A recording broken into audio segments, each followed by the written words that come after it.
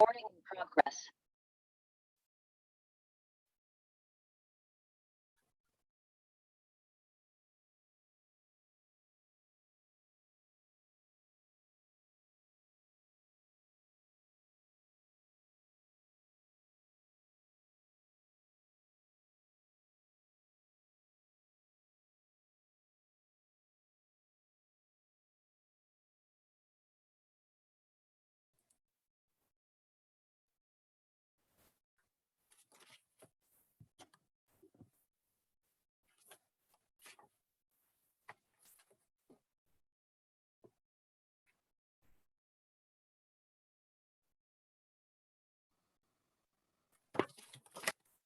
Hello. Hi, Penny. How are you? Good. The dog. Hello, dog. Ray is putting a log on the fire because it's quite chilly out. So what a Yes. nice way to cozy up, you know. It's That's like, right. Yeah, we're having class on. We're going to have class on Valentine's Day. yeah, I guess we are. Sure. I don't think Ray and I really celebrate that much. So it's okay. Yeah, I didn't want to deprive anybody of a romantic evening out. Yeah, that's not going to happen. It's okay. It's the day after Deanna's birthday. We usually make a bigger deal of her birthday on the 13th than the Valentine's on the 14th. Actually, probably would insist. Yeah. So how's she doing? I'm sorry. How is she doing? Good. We talked to her this morning. They're both looking for jobs in the East and they want to move back East. And I'm trying to hide my glee that Job's doing what?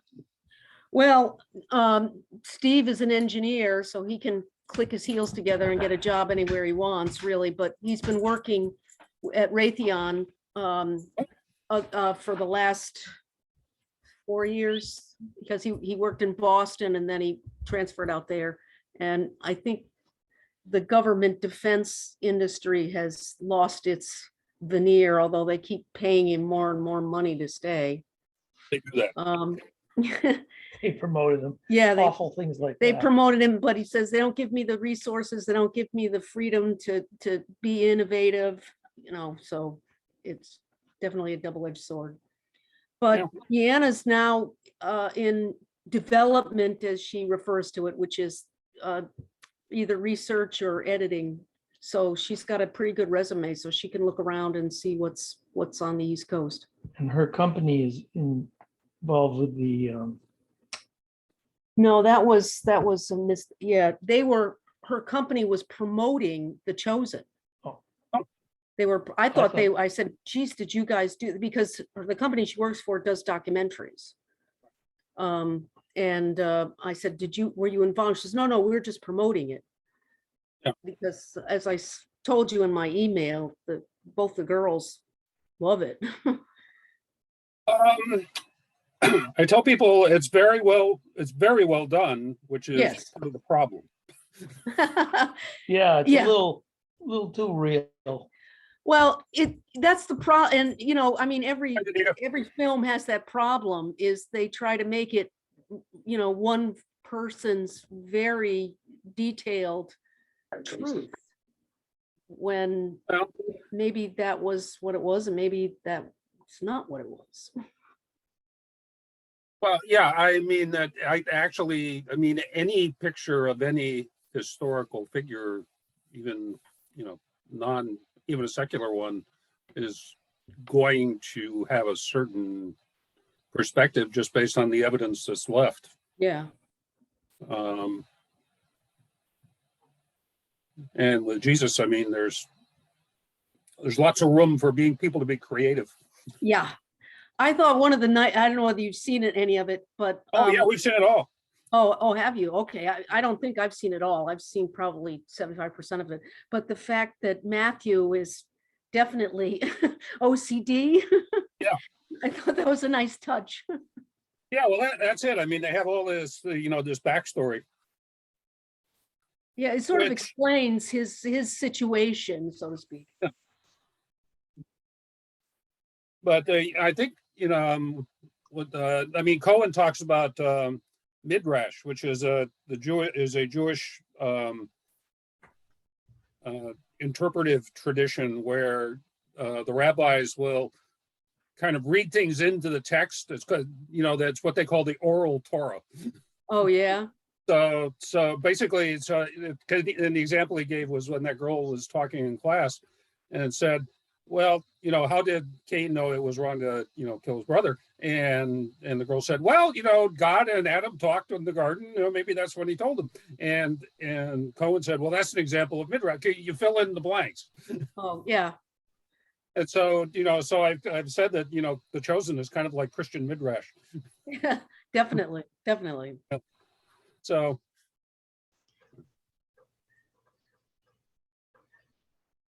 Actually, we're starting it at St. Mark in March. Oh, okay. So are we still thinking of doing it in the summer? Yeah. Oh, good. Yeah, I don't want to say we do something on Saturdays in the at St. Mark. So when that finishes, right now we're doing the story, basically how the Bible evolved, the physical object, the thing, the different translations and all that stuff. It's a course that one of Mary's teachers taught. An excellent course. You're doing wonderful, Mitch. It's a great course. Yeah, too bad he didn't get tenure at Yale.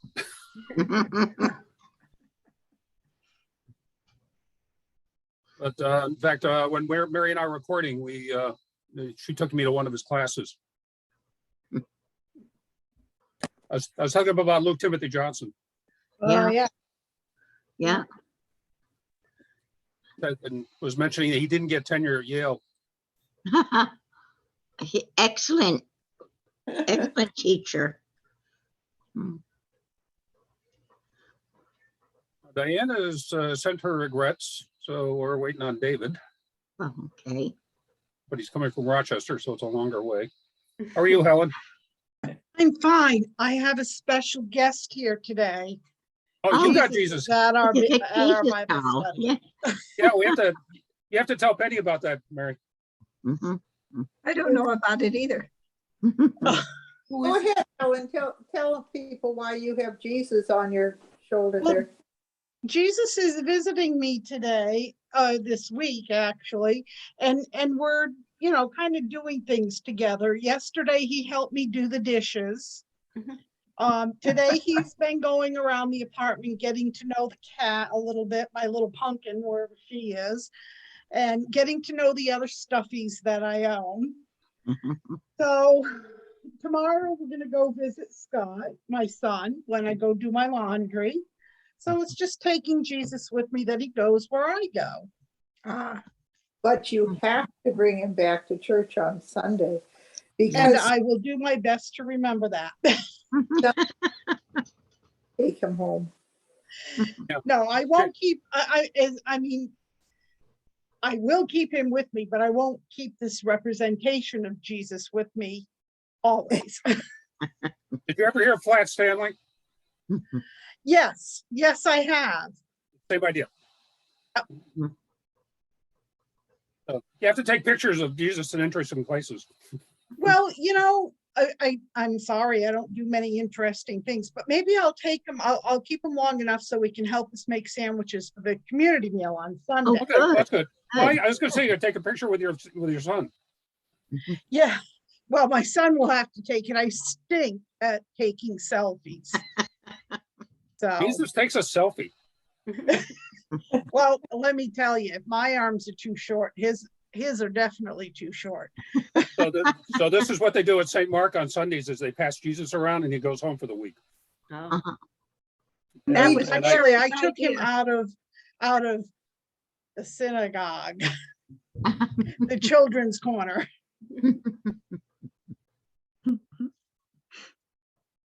Tell the people who haven't seen it about the synagogue.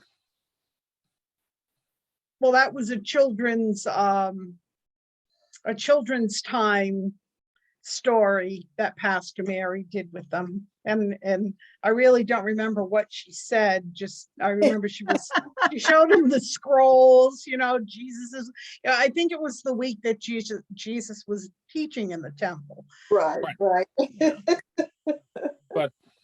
But it was a play fort that we got, right, Mary?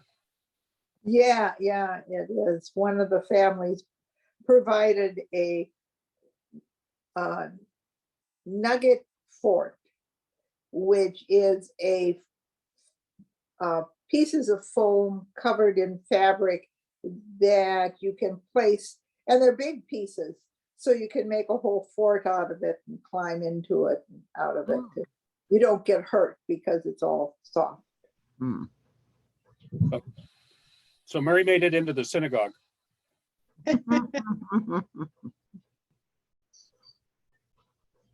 Janet is here. Hello, Janet. Hi, how are you? Good. How are you? Good, just getting in and trying to multitask. I'm walking up the Yeah, stairs. we can tell. Sometimes I get dizzy when I see when people are walking with their machine.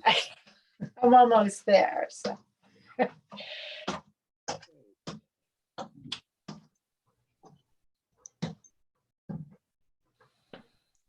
So you guys are going to be live next week at St. Luke, right? Yes. 9. A bunch of us are going to be at Calumet, so we're missing the Oh, first. Oh, that's right. it ought to be ticket up personally. there. You'll probably have Calumet just about to yourself. I kind of hope so. I mean, that sounds very selfish, but especially Ray is concerned about COVID and all that, and Uh-huh. stay in our bubble. But if we have it to ourselves, then it's much less of a concern. Yeah. There's only so much time we can spend outside because it's cold here and colder there. So we're kind of waiting to see if Dave Petrus comes from Rochester. They got a lot of snow last week, didn't they? Or this past weekend, was it? They did. These days. But But they of course, have- then again, it is Rochester, so snowing in Rochester is not really cause for. No big deal, right? It's not something they converse about because. Yeah, actually, our granddaughter is there. Hmm. So I did send out an email, but anyways, we're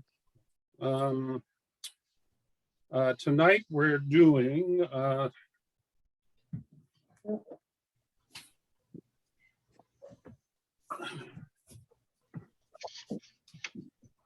so we're doing Professor Hayes's take on the law and the issues involved with it. So some of this, I'm hoping this will be familiar material that you'll get to see it from a different perspective.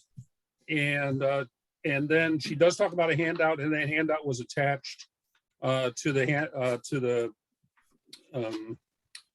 lecture transcript. Now, what I sent you is the transcript of the lecture. So the words that she says are what's on the paper, so you can follow along. And the other thing, I did send you Klugel, the chapter from the Klugel book on Deuteronomy, if you want to look at that. So this week and next week, we'll be having Professor Hayes talk about the law and the Deuteronomistic history. You work on it, you can say that, and so just keep marching on here. And then, so are there any questions? Well, next Monday is Valentine's Day. Are we? Yeah, we were discussing that. I didn't get the sense that anybody was planning on any romantic dinners or evenings. I Okay. wasn't here. I wasn't here when you asked that question, Mitch. I agree, Carol. Why has Rudy got something planned? Well, today we went to Walmart and I bought him some Reese's Pieces. Thought he Good. would enjoy those. So hopefully he'll hold off until Monday night and he can share those while we're doing our usual routine. Okay. So, well, I actually for Christmas, I found you can buy a 1 pound Reese's peanut butter. Wow. 2 Wow. half-pound Reese's peanut butter cups. I mean, I saw that and I thought, this is a great country or what? Oh. It's a great stocking stuffer for any occasion. Mhm. Okay. Well, if there's no questions. Well, it's 10 after, so I guess Dave's probably otherwise engaged. So I'm going to It's okay. mute folks. Oops. He just sends it to you. And share the screen. Share the sound.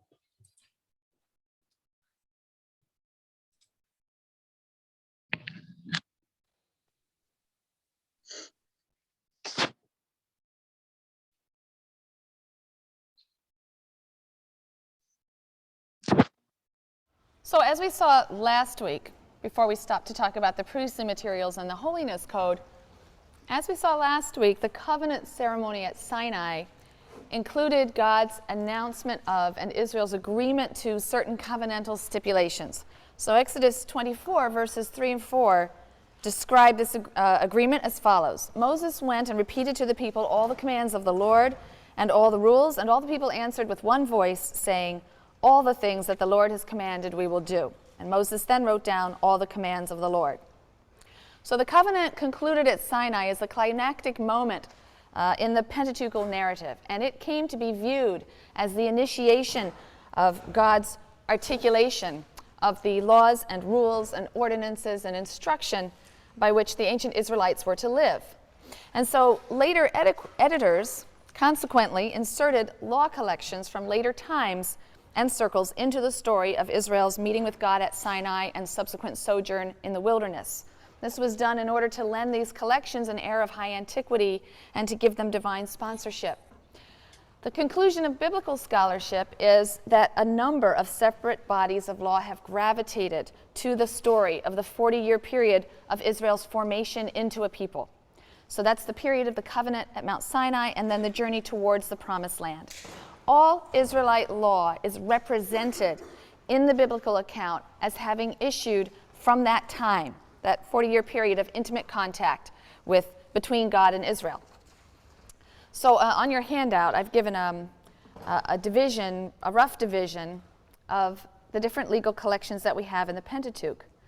The laws that scholars will often refer to as the JE laws, since they sort of are introduced by that narrative. Some people think it's best to just think of these as separate legal collections, but those occur in Exodus, and so they tend to be dated 10th, 9th century in their written form. The laws of the priestly material are mostly going to be found in Leviticus and Numbers, and those will be formulated somewhere from the 8th to the 6th century. Same period of time, roughly, we have the laws of D, which are found, obviously, in Deuteronomy. But these sources themselves are clearly drawing upon much older traditions. Some of the individual laws are clearly quite ancient. They have a great deal in common with ancient Near Eastern legal traditions generally of the second millennium. The laws of Exodus, for example, some of them bear such similarity to the Code of Hammurabi that we can really assume that they are drawing upon a common legal heritage, Canaanite law, what would have been known as a legal tradition in Canaan. So whatever their actual origin, however, the Bible represents these materials as having been given at Sinai or during that 40-year period after. So given at Sinai, now this is on your sheet, you have the Decalogue, not very well translated as the Ten Commandments, we'll come back to that. Covenant Code, so that's a chunk of material, 3 chapters in Exodus. Then we have a small passage referred to as a Ritual Decalogue, we'll come back to that. You have priestly legislation, a little bit in Exodus about the cult, obviously, then on into Leviticus and some Numbers. And according to the biblical narrative then, the following materials were given in the 40 years after Sinai, as the Israelites are encamped in the wilderness on their journey toward the land of Israel. So those are presented as supplements in Numbers, but also the Deuteronomic Code. Let's talk a little bit now about the Decalogue. There was a scholar by the name of Alt, A-L-T, Albrecht Alt, German scholar, who examined the legal material of the Bible in general. And he noticed that there were really 2 forms of law. Yeah, well, these things I forgot to write down. There's conditional law and apodictic law. Conditional law is case law, casuistic law, and then there's absolute or apodictic law. So casuistic, he noticed these 2 forms. Casuistic law is the common form of law that law takes in the ancient Near East, and you've seen it in the Code of Hammurabi. It has a characteristic if-then pattern. Casuistic law tells you, for example, if a person does X, or if X happens, then Y will be the consequence. It can be complex, it can be quite specific. If X happens, Y is the consequence, but if X happens under these different circumstances, then Z is the consequence. And it can be quite detailed, giving 3 or 4 sub-cases with qualifications. Absolute or apodictic law, by contrast, is an unconditional statement of a prohibition or a command. It tends to be general and somewhat undifferentiated. You shall not murder. You shall love the Lord your God. An absolute law, apodictic law, is not unknown as a form in other ancient Near Eastern cultures, but it seems to be most characteristically Israelite. We find a great deal more of it in our legal collections in the Bible than anywhere else. The provisions of the Decalogue, and again, the translation 10 Commandments is actually a very poor translation. In the Hebrew, it simply means 10 statements, 10 utterances. These are in, the ones that are in some sort of legal form are in absolute or apodictic form. The Decalogue is the only part of God's revelation that is disclosed directly to all of Israel without an intermediary. But its directives are couched in the masculine singular. So it seems to be addressing Israelite males as the legal subjects in the community. And the Decalogue sets out some of God's most basic and unconditional covenant demands. The division into 10 is a bit awkward. It probably should be seen as an ideal number, an effort to find 10 statements in there, because in fact there are really about 13 separate statements, and we see the fact that 10 doesn't work very well in a very interesting phenomenon, which is that so-called commandments are actually numbered differently by Jews and by Christians, and then even within the Christian community, different Christian denominations number the commandments 1 through 10 quite differently from one another. They disagree about what is number 1 and what is number 2 and so on. The first statements, either 1 through 4 or 1 through 5, depending on your counting, but the first group of statements concern Israel's relationship with her suzerain, with God. She's to be exclusively faithful to God. She's not to bow down to any man-made image. She may not use God's name in a false oath, right, to attest to or swear by a false oath. She's to honor God's Sabbath day and honor parental authority, which is arguably an extension of God's authority. The remaining statements then concern Israel's relationship with her fellow vassals, if you will, and they prohibit murder and adultery and robbery, false testimony, and covetousness. It's important to realize that the Pentateuch contains 3 versions of the Decalogue, and there are differences among them.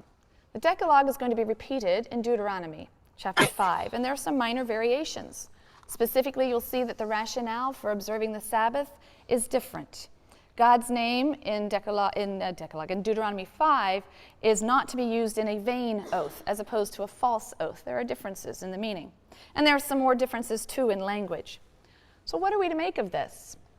One scholar, Mark Brettler, whose name I've mentioned before, he says that what we learn from this, or these variations, is something about the way ancient Israel preserved and transmitted sacred texts. They didn't strive for verbatim preservation when they transmitted biblical texts, and they didn't employ cut and paste methods that might be important to us in the transmission of something.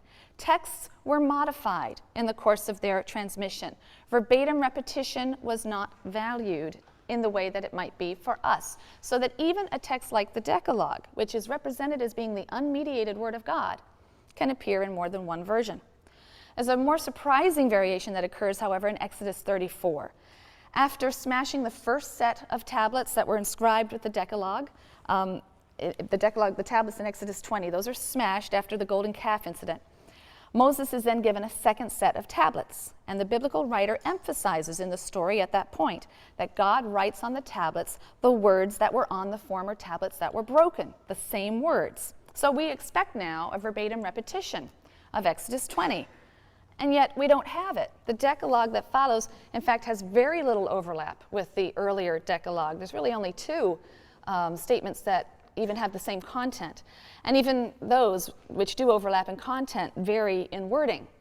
This Decalogue, which is often called the Ritual Decalogue, so it's listed on there in Exodus 34, It bans intermarriage with Canaanites, lest they entice the Israelites into worship of their gods. It has other terms that give commandments about the observance of the festivals, various festivals, the dedication of first fruits to God, the dedication of firstborn animals to God, and so on, things that were not in the Exodus 20 Decalogue. So evidently there were different traditions regarding the contents of the Decalogue. And the story of the golden calf and Moses' destruction of the first set of tablets is a brilliant narrative strategy for introducing this second Decalogue tradition. Also surprising is the fact that the Decalogue in Exodus 20 doesn't stand completely unchallenged in the Bible. Exodus 20, verses 5 through 6, contain explicitly the principle of intergenerational punishment. God is said to spread punishment for sin out over 3 or 4 generations. This is understood as a sign of his mercy. It's reducing the punishment on the actual sinner by spreading it out and limiting the consequences to only 3 or 4 generations, in contrast to what is said in the next verse, but kindness he spreads out over thousands of generations, right? So it's seen as a merciful mode of operation. But the notion of intergenerational punishment is something that some segments of the community, or perhaps later in time, was rejected, right? Some segments of the community rejected this notion. And so in Deuteronomy 7, we see that quite pointedly. God punishes only those who spurn him and does so instantly. Ezekiel, when we get to Ezekiel, we'll see that he will also very adamantly reject the idea of intergenerational punishment. The children do not suffer for the sins of the father, only the father. So what are we to make of this? Again, Mark Brettler concludes that the Decalogue or Decalogues did not originally possess the absolute authority that is so often claimed for it, even today. Later religious traditions have elevated the Decalogue in Exodus 20 to a position of absolute authority, a position that's not completely justified given the Bible's own fluid treatment of the wording, right, the Decalogue's text, and its content, right, and its later objection even to one of its terms. So the claim that God's revelation of the Decalogue was fixed in form, the words that we see in Exodus 20, for example, and immutable in substance, is not a claim that's really native to or even justified by the biblical text. It's a later ideological imposition upon the text. And I want to talk a little bit more about biblical law's connection with the legal patrimony of the ancient Near East, because certainly biblical law shares in that patrimony, even if sometimes it's clearly reforming it. So it's helpful and it's instructive to compare it with other ancient law collections, and I hope you've had time to sit and read. There was a study guide posted on the website, and I hope you had time to work through these materials. They're fascinating, and we'll see that there are certain key features that distinguish Israelite law from the other ancient Near Eastern legal collections. I've also put on the handout for today just a list of those collections, the laws of Ornamu, the laws of Lipit Ishtar, the laws of Eshnunna, the Code of Hammurabi, which is CH, the Hittite laws, the youngest laws would be the Middle Assyrian laws, giving you rough dates and so on. So you have that to refer to for the information about these particular collections. I should also say that we would do better to understand these materials as legal collections and not codes. I know the word code gets thrown around a lot, Code of Hammurabi and so on, but they really aren't codes. Codes are generally systematic and exhaustive, and they tend to be used by courts. We have no evidence about how these texts were used. In fact, we think it's not likely that they were really used by courts, but they were part of a learned tradition, and scribes copied them over and over and so on. They are also certainly not systematic and exhaustive. So for example, in the Code of Hammurabi, we don't even have a case of intentional homicide. We only have a case of accidental homicide. So we really don't even know what the law would be in a case of intentional homicide. We can't really make that comparison with the biblical law. Now, in a very important article that was written nearly half a century ago now, it's hard to believe, by a man named Moshe Greenberg. He's a biblical scholar, and he argued that a comparison of biblical law with other ancient Near Eastern collection reveals the central postulates or values that undergird biblical law. I'll be drawing extensively on Greenberg's work in this presentation, as well as other scholars who have picked up some of his ideas and have taken them in other directions. But it was really Greenberg who was the one who I think made the first foray into this kind of comparative approach, and since then others have taken advantage of that idea. There is, Greenberg says, an immediate and critically important difference between ancient Near Eastern collections and the Israelite laws as they're presented by the biblical narrator, and that's a difference in authorship. So if you look, for example, at the prologue to the laws of Ornamu, An and Enlil gave kingship to Ornamu, but Ornamu is said to establish equity and the laws. If you look at Lipit Ishtar, both the prologue and the epilogue, An and Enlil, the gods, give kingship to Lipit Ishtar, but Lipit Ishtar establishes justice. He refers to the laws as my handiwork in the first person. Or the prologue to the Code of Hammurabi. Again, Lafti Anum and Enlil established for him an enduring kingdom.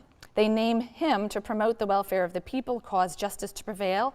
When Marduk commissioned me to direct the land, and now it switches into first-person speech, I established law and justice in the language of the land. At that time, I decreed the laws of justice, the laws that the efficient King Hammurabi set up. I wrote my precious words on my stele, which you can go and see at Sterling Memorial Library.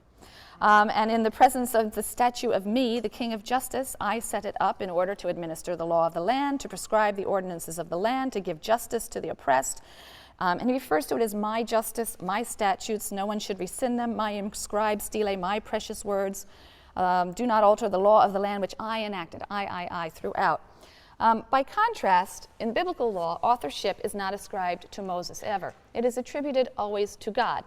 So you see in Exodus 24, verses 3 and 4, Moses went and repeated to the people all the commands of the Lord and all the rules, and all the people answered with one voice, all that the Lord has commanded, we will obey and do. Moses then wrote down all the commands of the Lord. It's the repetition makes you feel that the biblical writer here is not accidentally saying these things, trying to drive home a very strong point. Exodus 31:18, when he, God, finished speaking with him on Mount Sinai, with Moses on Mount Sinai, he gave Moses the 2 tablets of the pact, stone tablets inscribed with the finger of God. So Greenberg and since him, Brettler and many others have argued that the principle of divine authorship has certain very important implications. First, it has a significant effect on the scope of the law. Ancient Near Eastern and biblical law differ concerning the areas of human life and activity that fall within the concern of the law. That doesn't mean they don't fall within the concern of humanity, they just fall within the concern of the law. That's an idea I'll come back to in a minute. Israelite law will contain more than just rules and provisions that fall within the scope of the coercive power of the state to enforce, right? More than what would fall under the jurisdiction of law courts, for example, or legal decisors. It is holistic. The scope of the law is holistic. It's going to contain social and ethical and moral and religious prescriptions, and very often they're going to be couched in an authoritative apodictic style, particularly the things that aren't enforceable in a court of law. They will tend to be the ones that are backed up by the authority of God directly. You shall do this, I, the Lord, am your God. Notice how many times that refrain is used, and it's almost always used with those unenforceable kinds of things. Love your neighbor as yourself. You know, I, the Lord, am your God. It's me who's watching out for this one, not the court, okay? The extra-biblical law collections deal almost exclusively with matters that are enforceable by the state. That doesn't necessarily mean they were. We don't know how these were used. But they don't tend to deal with matters that we would call matters of conscience or moral rectitude. So you'd be very hard-pressed in the extra-biblical collections to find a law like Exodus 23, verses 4 and 5. When you encounter your enemy's ox or ass wandering, you must take it back to him. When you see the ass of your enemy lying under its burden, and you would refrain from raising it, you must nevertheless raise it with him. Or Leviticus 19, verses 17 and 18. You shall not hate your kinsfolk in your heart. Can you imagine Congress passing a law like that? You shall not hate your kinsfolk in your heart. Reprove your kinsman, but incur no guilt because of him. And don't carry around a grudge. Reprove him, tell him what's wrong, clear the air. Don't carry around a grudge. You shall not take vengeance or bear a grudge against your countrymen. Love yourself, love your fellow as yourself. I am the Lord. Right? That refrain always comes after those kinds of statements. So the Bible includes norms for human behavior set by the divine will, even though enforcement has to be left to the individual conscience. And in the Torah, therefore, life is treated holistically in the realm of law.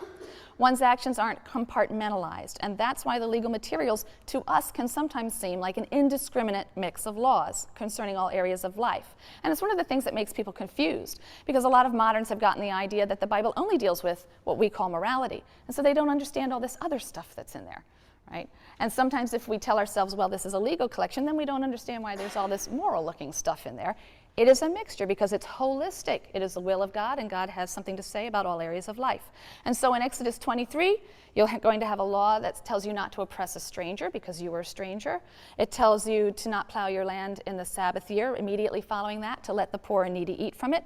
It tells you to observe the Sabbath day rest. You shall not mention any other gods. It tells you how to observe the 3 pilgrimage festivals and rules of ritual offering.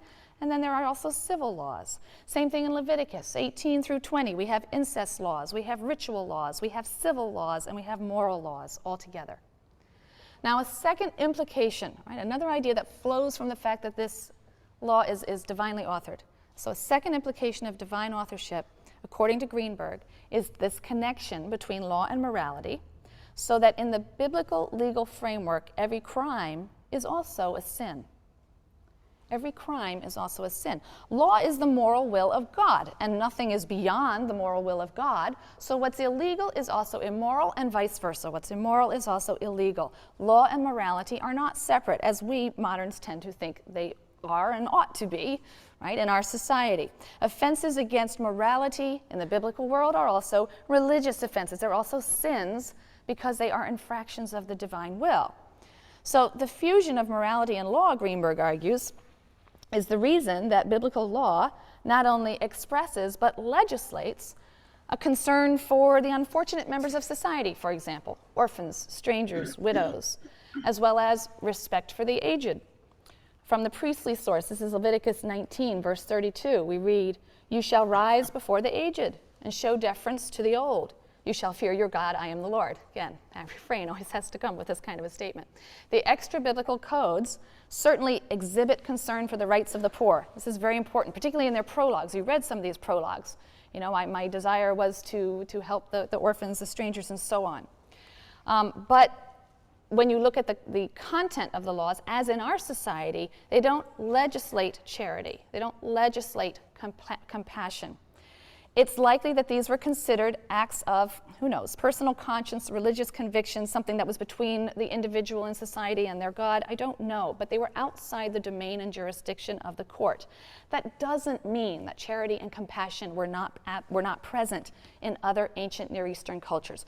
The point is that law is not understood as being the appropriate vehicle for the expression of those values. There were other sorts of texts that might do those sorts of things and urge people to charity and compassion.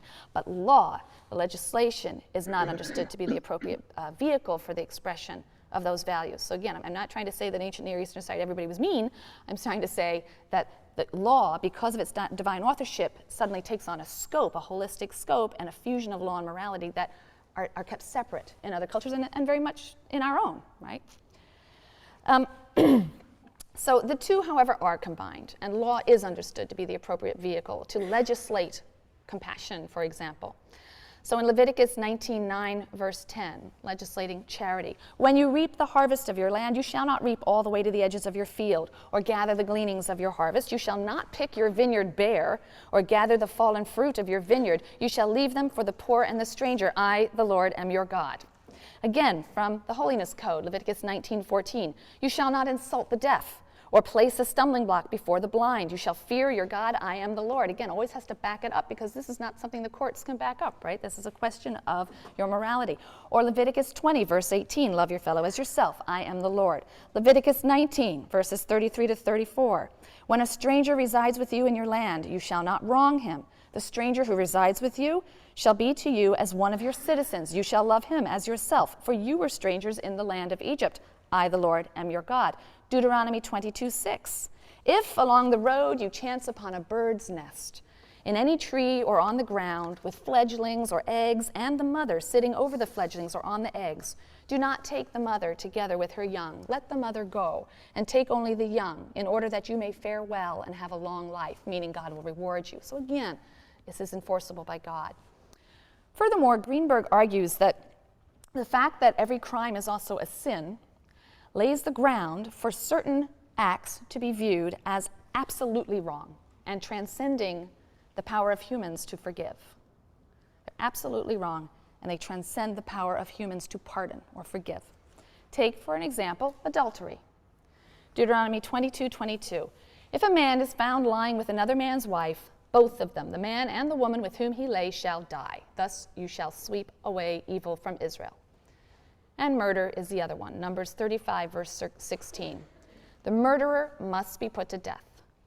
You may not accept a ransom for the life of a murderer, this is now verse 31, who is guilty of a capital crime. He must be put to death. In the view of the biblical text, adultery and murder are absolutely wrong. They must always be punished, regardless of the attitude of the offended parties. Right? So a husband can't say, oh, that's okay, I don't want to punish my wife. Let them have their fun. It's no big deal. I don't mind.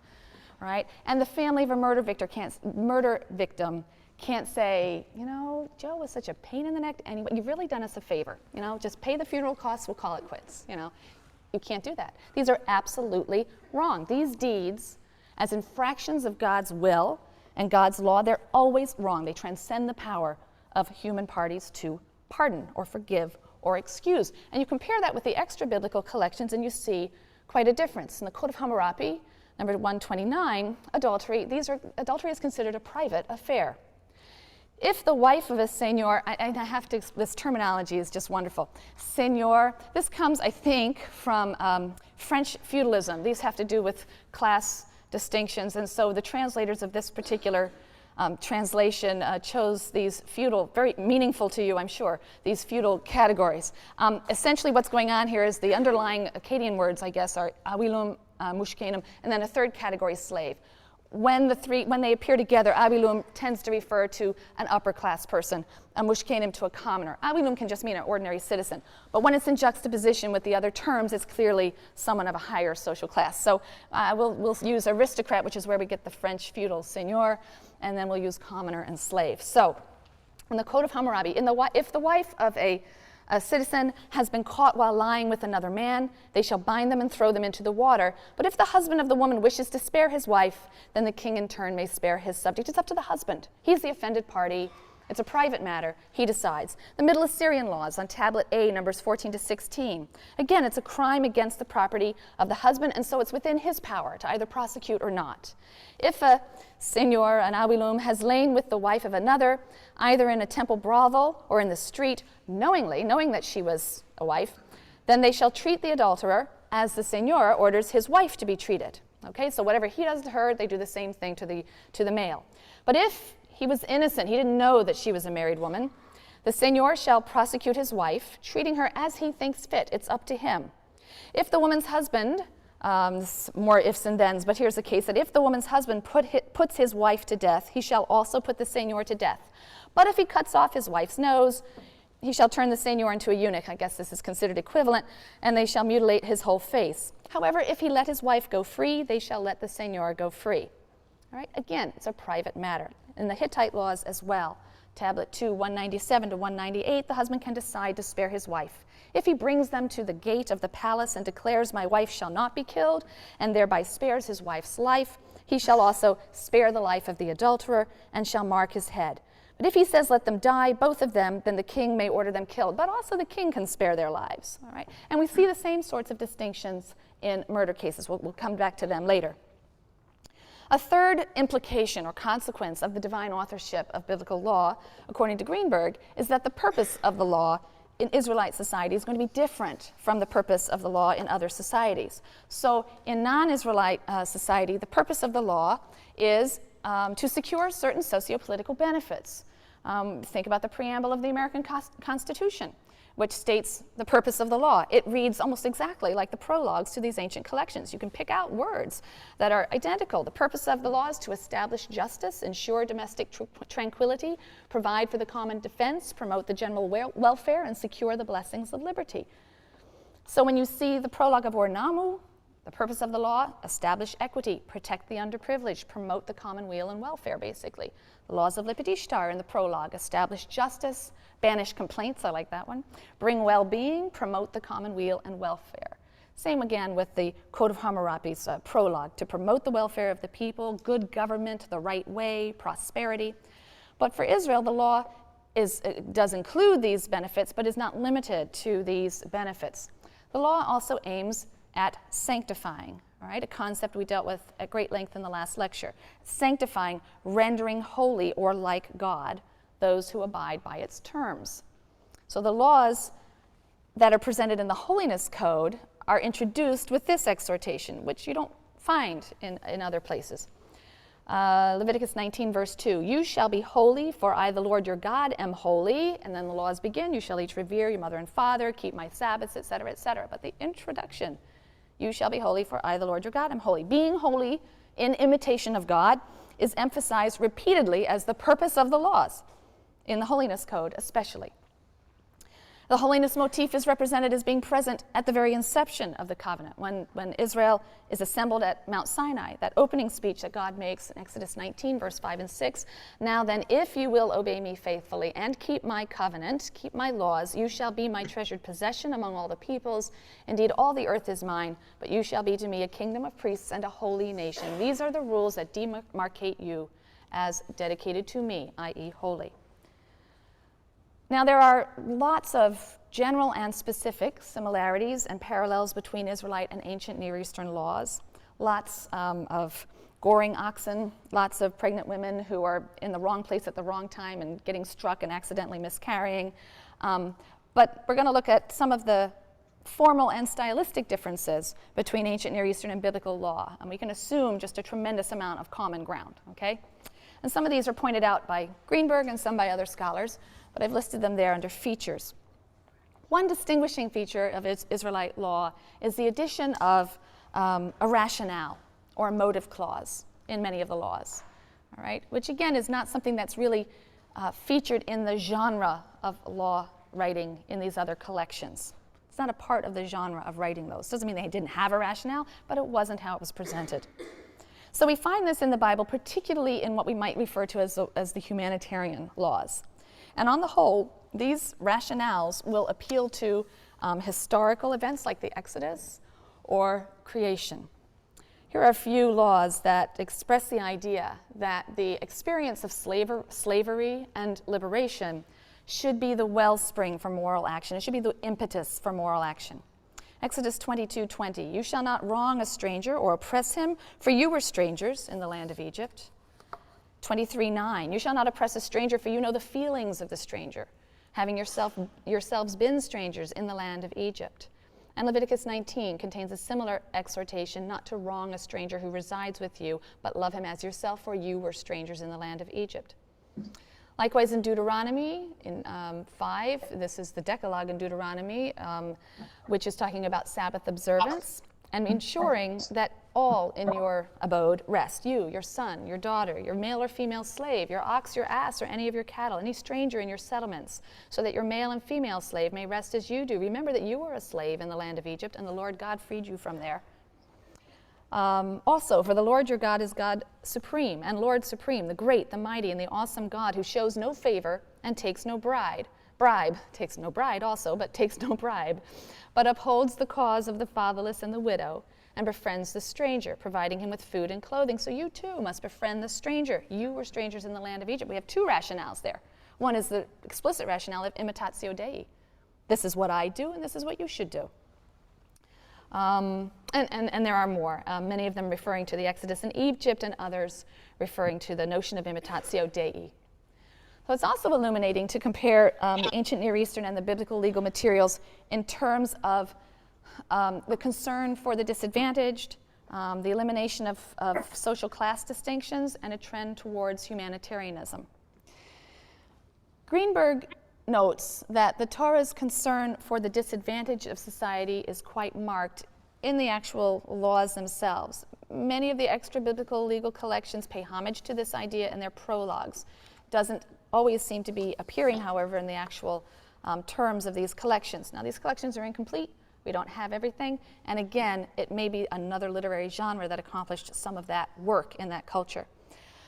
The Torah laws, and also the laws in those collections very often, despite the prologue's rhetoric, that they bring justice to the disadvantaged and so on, many of the laws clearly serve the interests of an upper class. Okay, that's the more important point. They clearly serve the interests of an upper class. The Torah laws do not contain all the same distinctions of social class among free persons as the contemporary laws, the laws of Eshnunah, the laws of Hammurabi. These laws distinguish between punishments for crimes committed against upper class and lower class persons, not to mention slaves.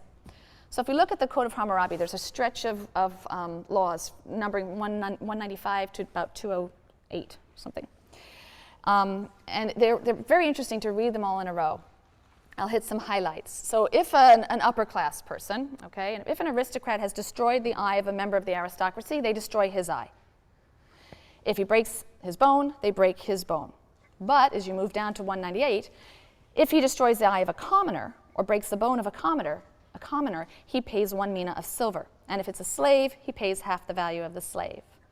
On to 200 and 201. If he knocks out an aristocrat's tooth, they knock out his tooth. But if it's a commoner's tooth, he pays 1/3 of a mina of silver, and so on. The Hittite laws, too, there are different amounts fixed by class in the miscarriage laws, 95 and 99. The Middle Assyrian laws also distinguish between the awilum, the mushkenim, and the slave. Leviticus 24, verses 17 to 22. We have there laws of personal liability, bodily injury, assault and battery or bodily injury. And we find a clear and explicit statement to the effect that there shall be one standard for citizen and stranger alike. This is known as the principle of Talion, lex talionis. So reading from Leviticus. If anyone maims his fellow, right? If anyone names his fellow, as he has done, so shall it be done to him.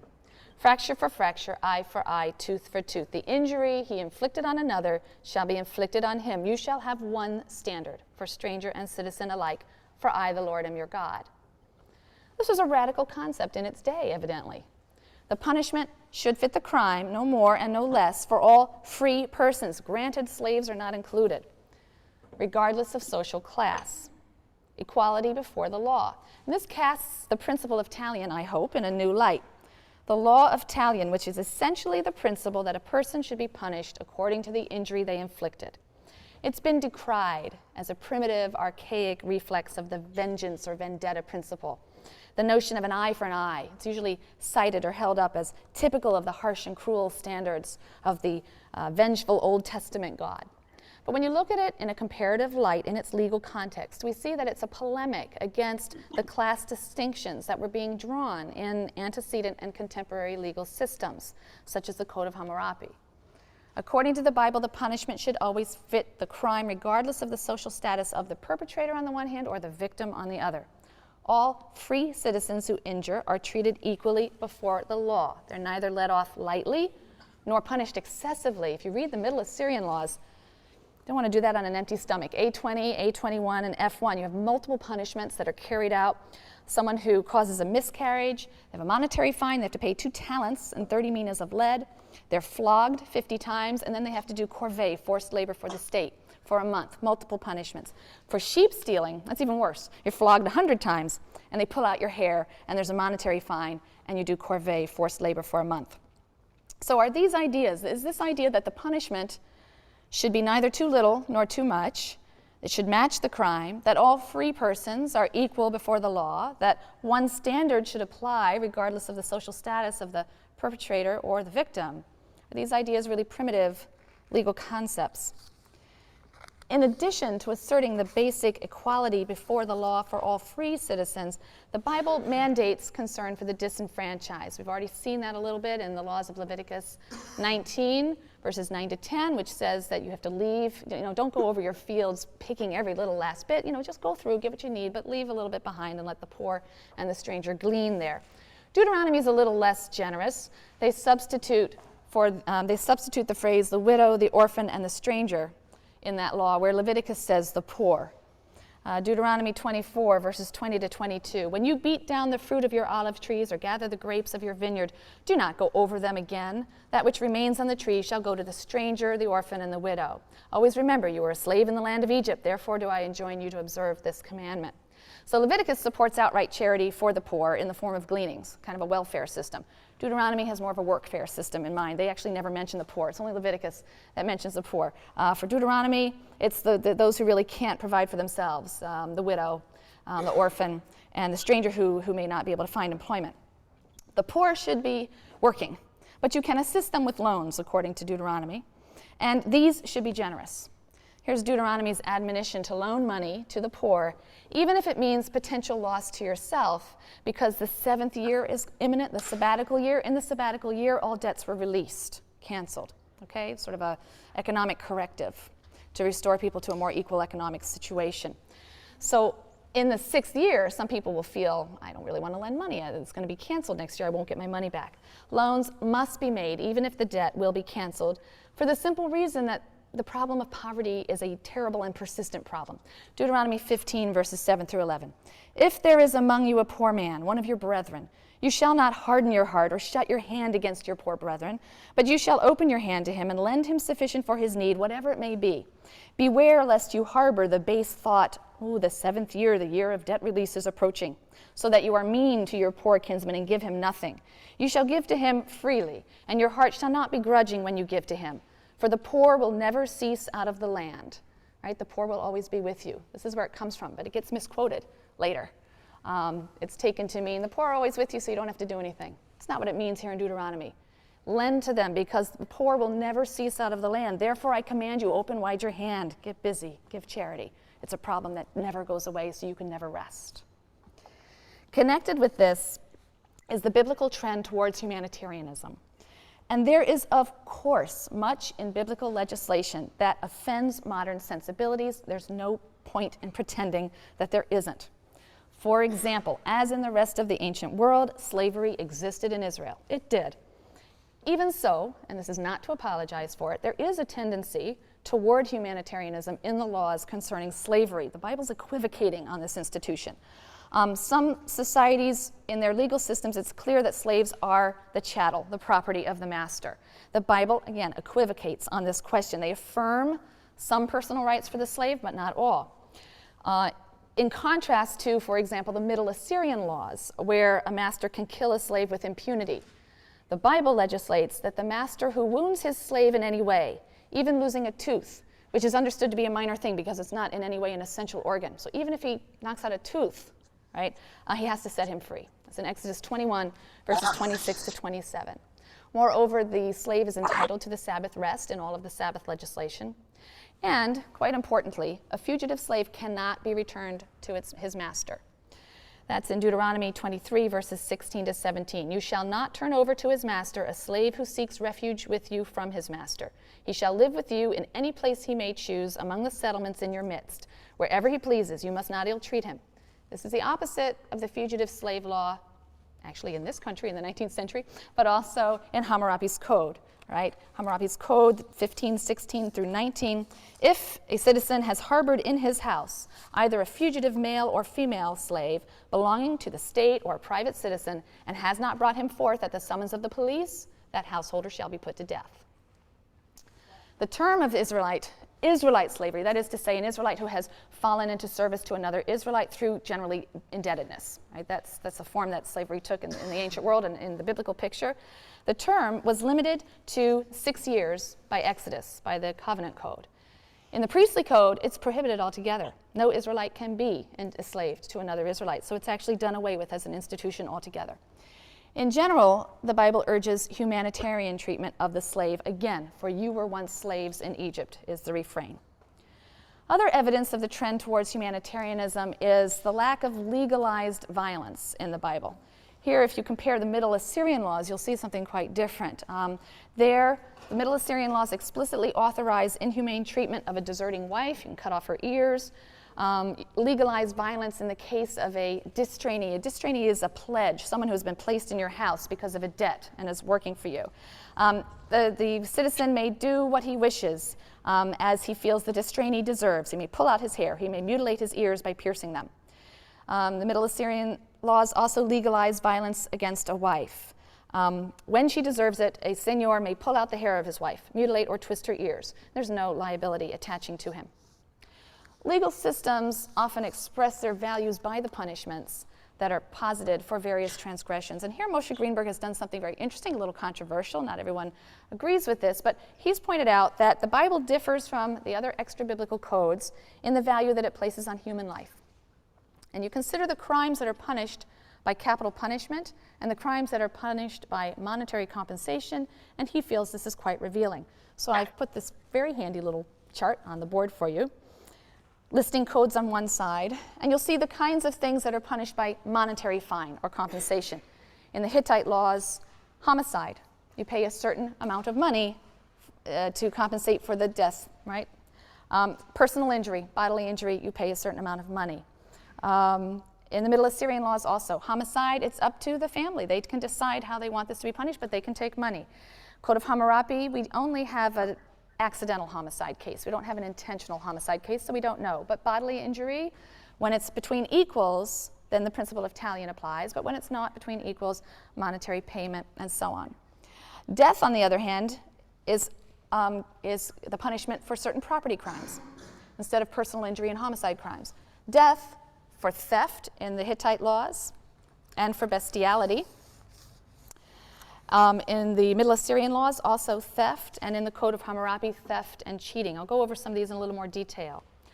So Greenberg is going to argue that the Bible reverses the view of the other codes. He says, because in those, life is cheap and property is highly valued. So Hammurabi's code imposes the death penalty for the theft of property, for assisting in the escape of a slave, which is its master's property, for cheating a customer over the price of a drink. Middle Assyrian laws, there's death to a wife if she steals from her husband, and death to any who purchased the stolen goods. The Bible never imposes the death penalty for violations of property rights, personal property rights, private property rights. Only for intentional homicide and certain religious and sexual offenses, which are seen to be direct offenses to God. Greenberg argues that in so doing, the Bible is expressing the view that the sanctity of human life is paramount in its value system. The Bible states explicitly that homicide is the one crime for which no monetary punishment can be substituted. You cannot ransom the life of a murderer. He must pay with his life. Numbers 35, 31 to 34. You may not accept a ransom for the life of a murderer who is guilty of a capital crime. He must be put to death. Nor may you accept ransom in place of flight to a city of refuge. Remember, if it's an accidental homicide, there is the leniency in the law that that person can run to a city of refuge and remain there until the death of the high priest. The shedding of his blood purges the land of blood guilt, if you will, because this is a religious crime. And he can't pay money instead of running to the city of refuge.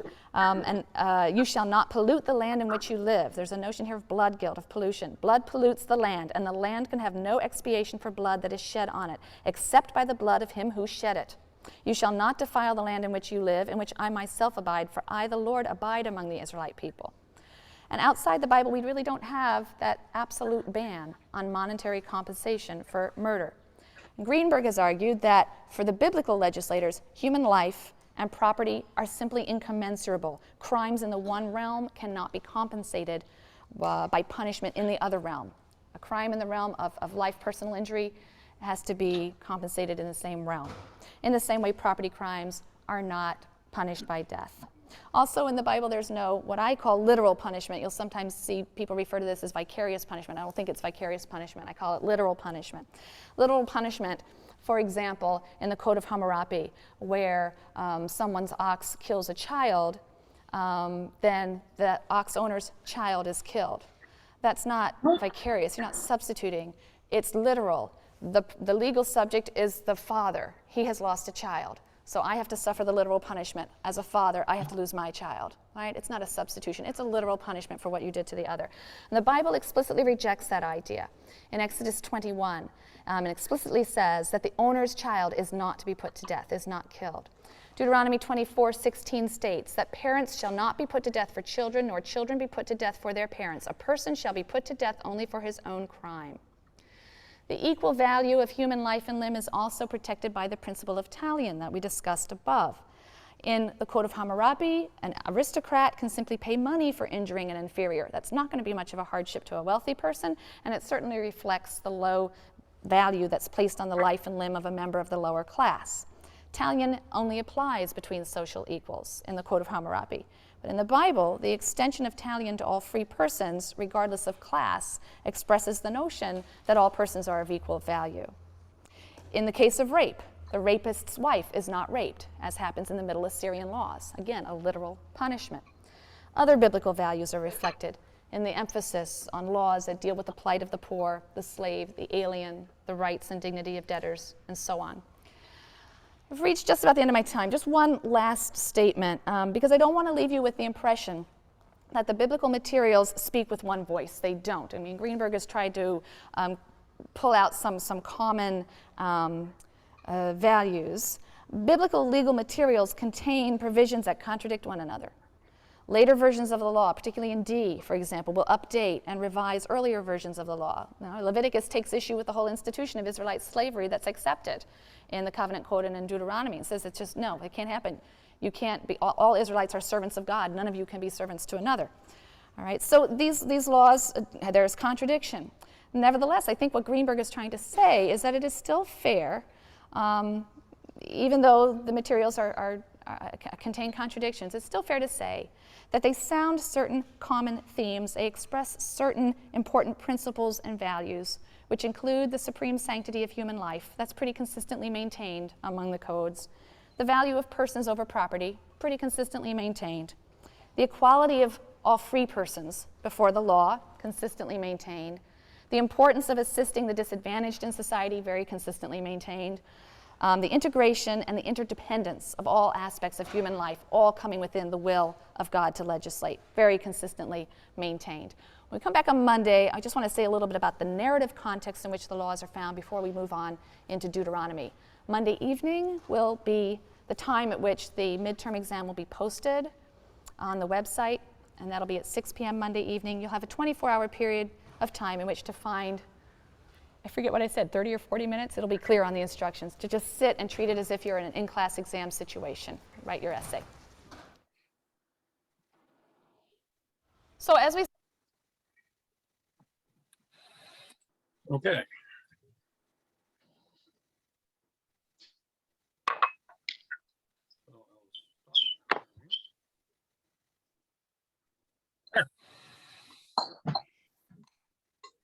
And I will, let's see, if this is-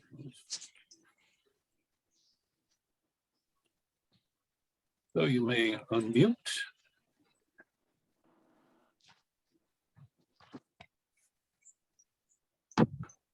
So I thought I think that was some helpful background and also some additional, what to say, some more substance behind what some of the things Cohen talked about with the biblical codes in the law. And I thought it was especially good as far as contrasting the biblical priorities in the law with other ones in the Near East at the time. And I thought, especially her summation at the end was good, because I think, it was, and I think Cohen brought this out in some ways about, nobody's going to pretend that the biblical law was like any great liberal advance, but still there was this notion of equality before the law, and also the importance of human life, and life is valued over property. So, are there any thoughts? Well, I think this is one of my favorite lectures so far in terms of enlightening things for me. And it's giving me respect for the love the law shows for all people, not just the upper class, and that they're asking for compassion toward the poor and so forth. And that all those things are under the law. Because it's God. I also love the way they keep repeating the fact that this is, I'm the God, the law is from God. And and the least we can do, he took us out of Egypt. The least we can do is, be good to each other. Yeah, and he did. Actually, either it's he took us out of Egypt or he created the whole world.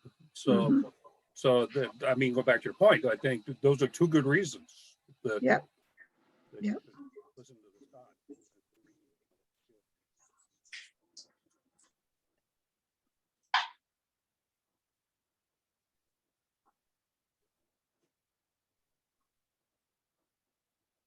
Anything particularly, I know that was pretty dense, so is there anything particularly confusing to anybody or?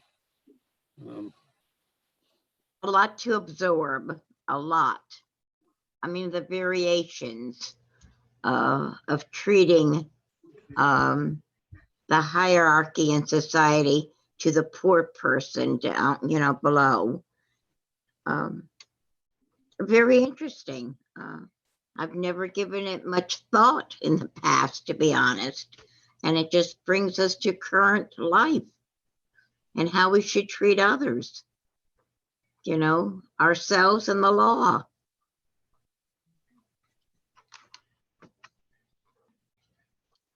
Yeah, One of on the that, fol- oh, Go ahead. sorry. On that note, I was fascinated that the level of detail and almost sophistication that, the Israelites had in the sensitivities of human life. And, I kept going back to today, looking at our society and how they evolved from, the other, was it the Sumerians? But yeah, and the level of detail that they had in their research is just, I didn't know that they had so many facts and from, all the other religions as well. So very impressive. Jeff was gonna say something? Very, a good session, session. Yeah, one of the better. I was kind of amazed at really, even though things that were pointed out and followed by, because I am the Lord thy your God, but it's amazing how many of those laws are laws in society. Right. They aren't dealt with the same way.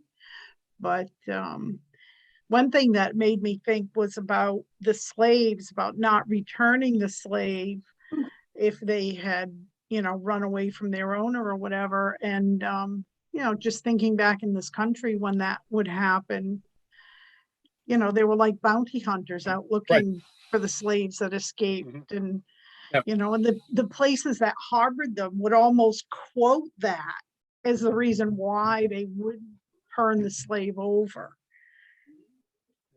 Yeah, that was the fugitive slave law. Wow, but I I- loved it because it kept the checks and sorry, I just one more thing, because I forgot about that. It really kept the slave owner in a position to keep his slaves, content. So because if they did, so it was a social structure. Because if they left, then he lost his slaves. It was interesting.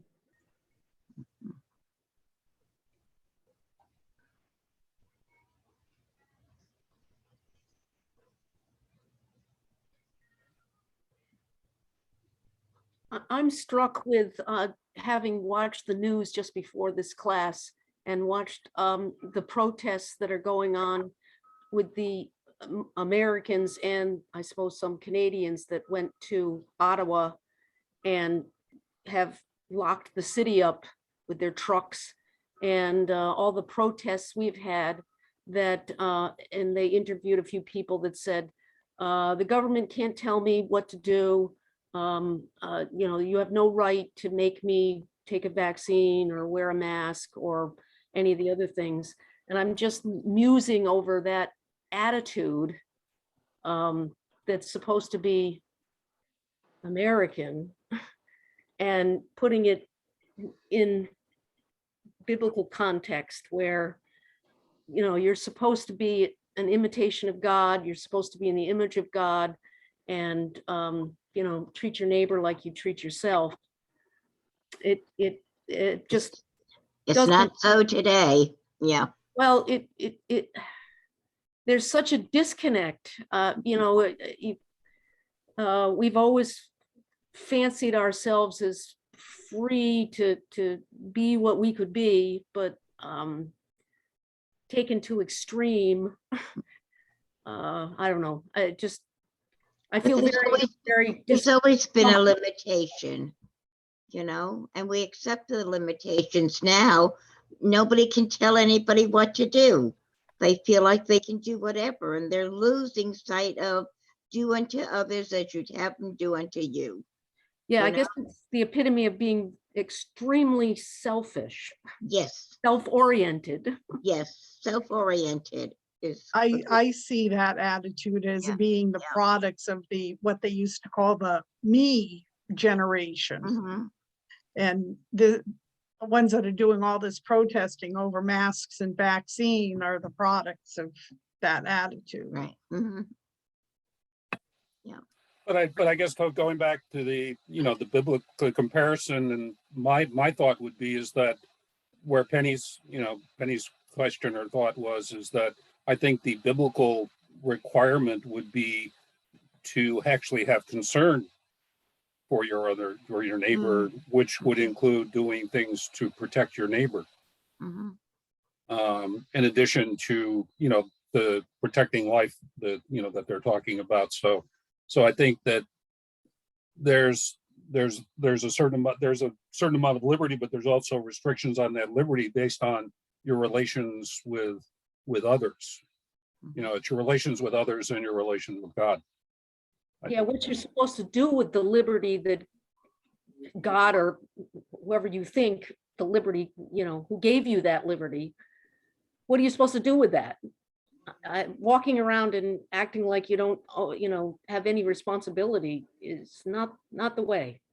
Yeah, do we have the right to endanger the life of another? I don't know. Probably not. Yeah. It is quite a conundrum. I'm puzzled by it myself. I don't get it. I don't understand that attitude. Wearing a mask and getting a vaccine is not that big a deal. Yeah. I agree. If we can wear seatbelts, if we can not smoke in restaurants, what is the big deal? Good point, Helen. Yeah, what's a big deal is right. Well, apparently we've exported it to Canada. Yeah, I saw that news report, Penny, Yeah. just before coming into this meeting. Mm. It was on. Yeah. Yeah. Well, I'll be the just to make the distinction, it's truckers that cross the border from into Canada America. to US and whatnot. It has something to do with the way Canada has treated the pandemic and the way the US is, and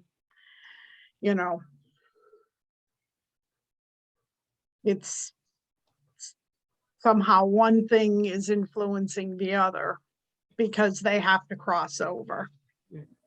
Yeah, they are a separate country, so I guess they can make their own. Yeah.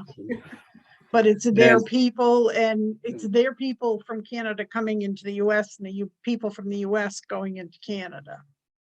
I believe I've read once the preamble of their constitution is, or their confederation was, they established the government for peace, order, and good government.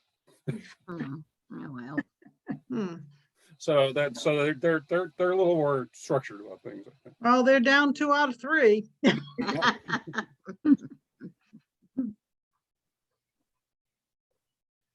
Okay, I shall say good night. Thank you. So we will Gail. adjourn. Yes, and And, we'll. And this says, Well, good good night, night, Jesus. everybody. Good night, Night, Jesus. Jesus. Yes. Adios. Night. Good We'll have night. to show that video to people to Rick or to Eric, the vicar. Well, I did manage to take a little screenshot. Oh, good. I did manage. I don't know how good it turned out, but It looks I like a tried Zoom to picture. look That's fine. That's natural, what it and I should don't look look like. Yeah. very natural, but it is what it is. Yeah, good. We'll have to share that with Vicar Eric. Yeah, Jesus is everywhere. yeah. So be careful. Isn't that the truth? I like his little Wednesdays out though. There's a lot of history in Norwich, and people don't realize it. And back when Lee Church was getting a pastor, and they were trying to like word the description of the church and where it was, and this, kind of its place in in Norwich and in the town. And I said, well, don't forget, you could always add in a line that the church is across from where Benedict Arnold was born. Yeah. So, and Yeah, they what are- actually put it in there.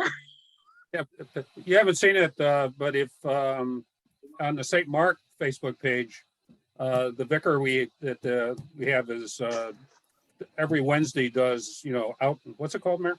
Out and about? Out. So basically he goes vicar to a of different spot Broadway. in Norwich and talks about the history of the spot and then somehow relates it to the biblical text of the week. And usually it's a couple of minutes. And he posts this on like Facebook and TikTok and all these other places. Like, I never realized that St. Patrick's Cathedral was put in that place because of all the Irish who lived in Greenville. Yeah.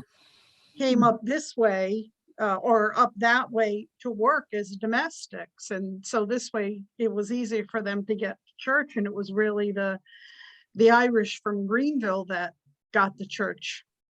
Yeah, I asked him and Richard Russ about that because I was curious as to, because there's that big, if you go to Greenville, there's that big rock pile that over there's a big Catholic church. And Yep, so I was St. curious Mary's. about that. Mary's, And then Eric and Richard both said that the Irish lived in Greenville.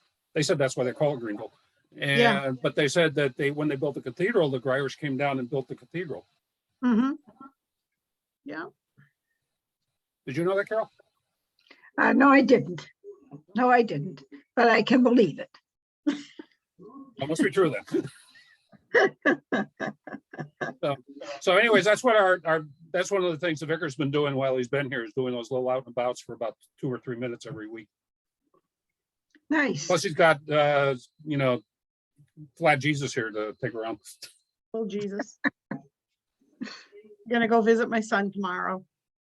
Get a picture, get a selfie with Jesus. Yeah, we'll just hope he doesn't make my son, that is, makes a face. He can make some unusual faces. Well, Okay. good night, Good night, everyone. everybody. Yes. Right. Thank you, Mitch. You're welcome. Good night.